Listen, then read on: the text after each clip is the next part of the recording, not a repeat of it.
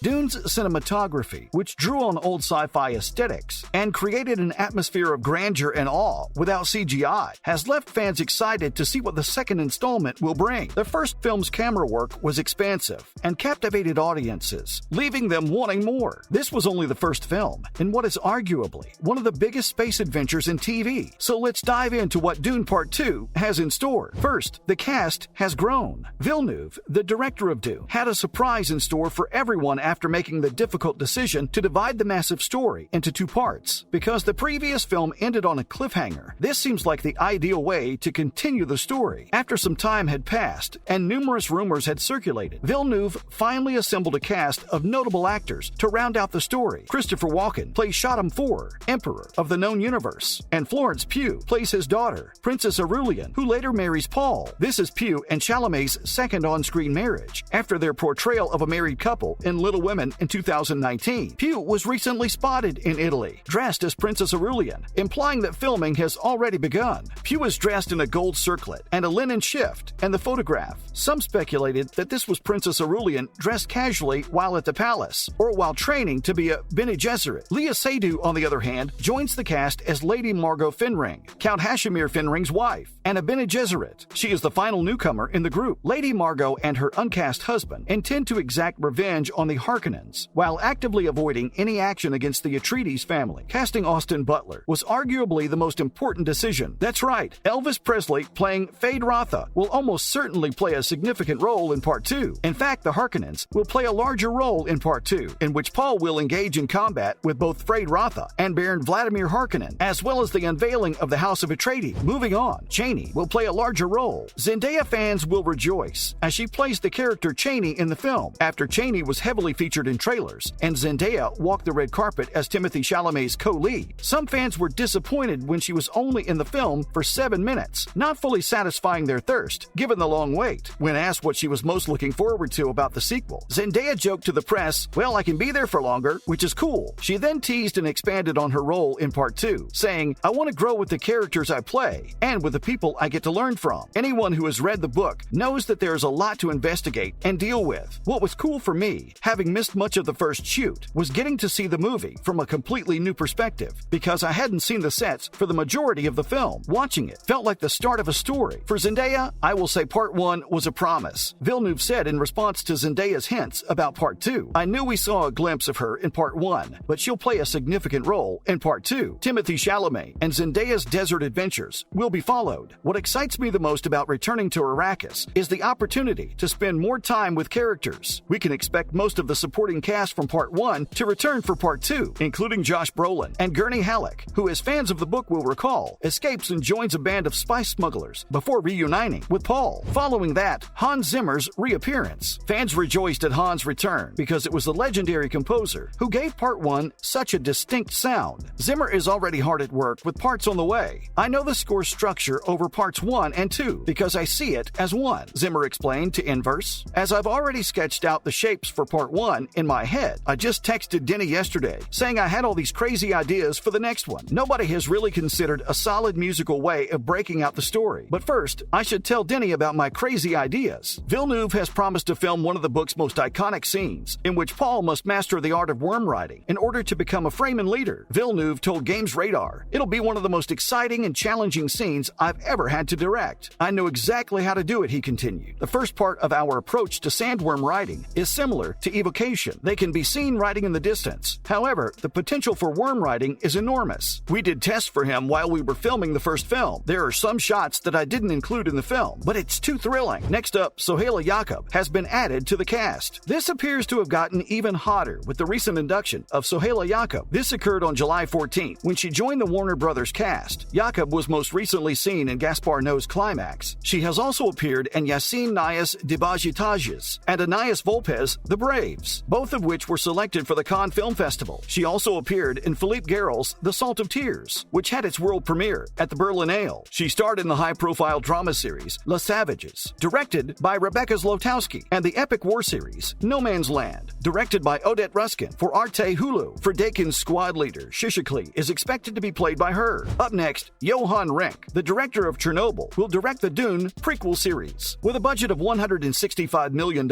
we don't expect the film to have have many shortfalls. It's simply selecting the best of the best in the market to create a complete set package. We simply expect the best from Johan Renck, a Swedish director of music videos, TV, and films, who has worked on films such as Vikings. And now that the Emmy-winning Chernobyl director has been tapped to direct the first 2 episodes of the Dune prequel series on HBO Max, Denis Villeneuve has been tapped to direct the pilot, but he is now working on part 2. The show is set 10,000 years before the events of Dune and follows the Harkonnen sisters as they defend humanity's future. More IMAX footage will be included in Dune Part 2. Have you ever seen a movie or a TV show where the images appeared to be much clearer than usual? So no need to be concerned. This is due to the use of IMAX. The IMAX film standard employs 70mm film that is fed horizontally through the projector. This technique produces an area that is approximately 8.3 times larger than the 35mm format and approximately 3.4 times larger than 70mm film running vertically through the projector. In a statement, Denis Villeneuve, the sequel's director, confirmed that IMAX will be used indefinitely. Cinematographer Greg Fraser and I fell in love with this format, and there will undoubtedly be and probably more IMAX footage in this film. Certainly, Villeneuve said to Collider. Fraser has also worked on The Batman with Matt Reeves and The Mandalorian with Disney+.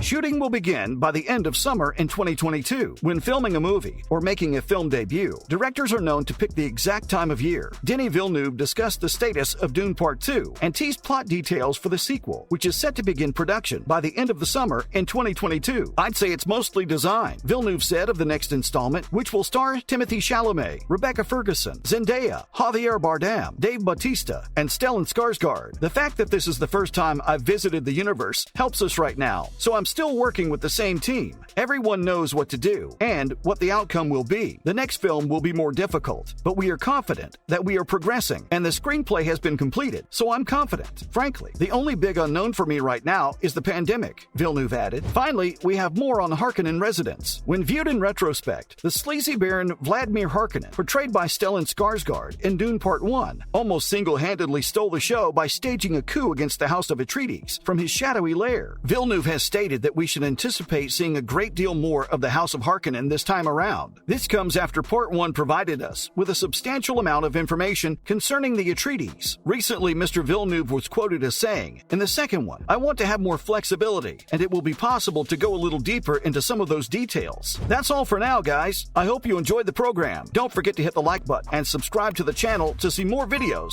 like this.